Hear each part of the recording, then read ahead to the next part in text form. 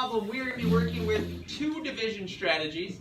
The first one that we're going to talk about is our division strategy that we worked on a lot last year. And we are going to then talk about the traditional algorithm, which is what many of your families, even myself included, were taught. This is a great strategy. It is super efficient, but the problem is you might not actually understand it if you don't know all your math facts. So we're going to see and link these two together. So the problem we have here is 6,847 divided by 8. So what are we actually making groups of? Somebody please tell. Groups of what? Henry? 8. We're making groups of 8. So essentially that's what division is. You're dividing into large numbers of groups. How many groups of 8 can we make? If we set this up for partial quotients, the best part about this strategy is that I don't actually need to master my math facts. I just need to know simple basic facts. So 8 times a number, we're going to multiply over here. We're turning this into a multiplication problem. 8 times what is 6? Well, nothing. But 8 times something is close to 68. And what do we think we can do? Leo? We can do 8 times 6. 8 times 6. Perfect. What is 8 times 6? Brennan? 48. 6 times 8 is 48. But really, I'm not doing 6 times 8. I'm doing 600. Does everybody understand why it's 600? Because I placed the 2 zeros here, and every time we place a 0, it's really multiplying by 10. Excellent. 6 times 8 is 48. Place 2 zeros, we get this number. We're going to subtract. We're taking away 600 groups of 8. We're left with 2,047. Now, I need to ask myself, 8 times what is 2? Nothing. But 8 times what is close to 20? And what could we say? Inti? Times 2. Times 2. 8 times 2 is 16. I place 1, 2 zeros because that's what I did over here. And it's now 8 times 200 is 1,600. I subtract.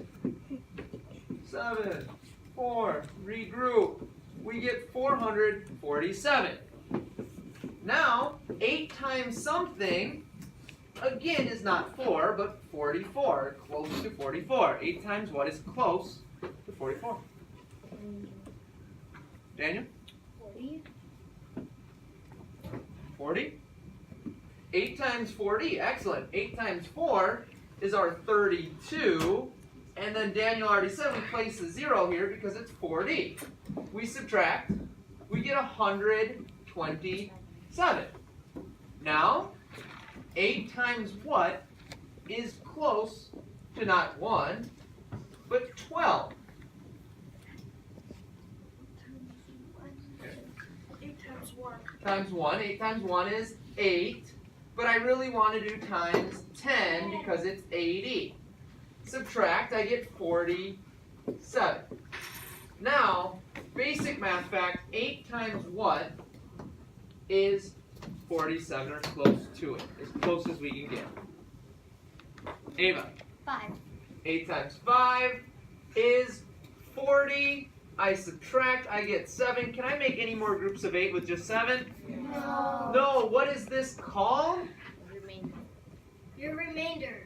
My remainder is 7 out of 8, or just 7. And here is our number of groups we've made.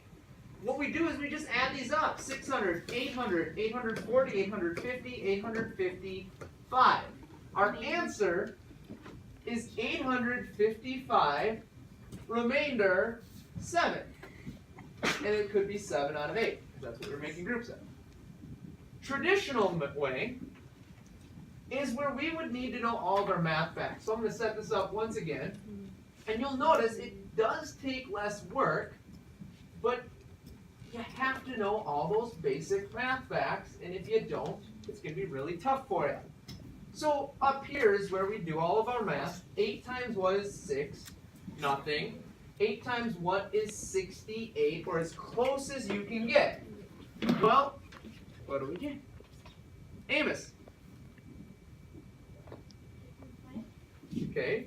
If we do 8 times 5, we're going to get 40. And there's a problem. If we do 8 times 5, 40, I can get closer to 68. I need to get, if you're going to do the traditional, you need to get as close as you possibly can. So what would that be, Bailey? 8 times 8. Times 8. Now 8 times 8 is 64. We subtract. Now here's what I noticed. Those of you who do the traditional algorithm, don't put anything here. But really, we're doing 800 times 8. So it's really 6,400. Now I subtract 447. You should have seen that over here, because where we got 800 was simply 600 plus 200. And over here, you could have done that in one chunk as well. Then we have 447. So 8 goes into 4, doesn't, but 8 times what is close to 44, or as close as we possibly can get? Emily? 8 times 5. Times 5. Here's where we put our 5. 5 times 8 is 40. Place a 0. Does everybody understand why it's 400? It's because really this 5 is in the tens place. It's 50 times 8 is 400. We subtract 47. Now 8 times something is the closest to 47 you can get. And that gives us 8 times 5 is 40 once again. And we have 7 left. You get the same answer, 855, with a remainder of 7 out of 8. But over here, we just chunked it together. Our 5 is really 50. And our 5 here is really just 5. We still get 7 left. This strategy, efficient, works great. You have to know all your math facts.